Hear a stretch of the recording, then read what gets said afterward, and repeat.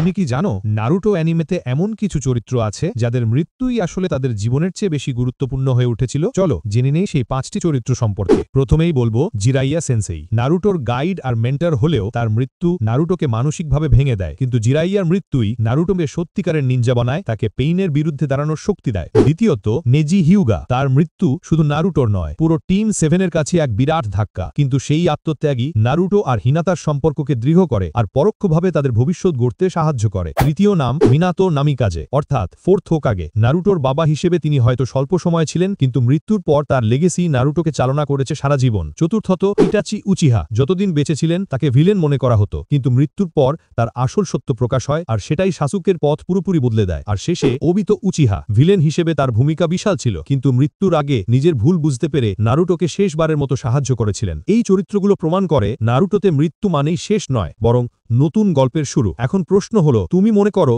নারুটোতে কোন চরিত্রের মৃত্যু ছিল সবচেয়ে বেশি প্রভাবশালী? কমেন্টে লিখে জানাও। আর নারুটো নিয়ে আরও ইউনিক ফ্যাক্ট জানতে চাইলে চ্যানেলটা সাবস্ক্রাইব করতে ভুলো না।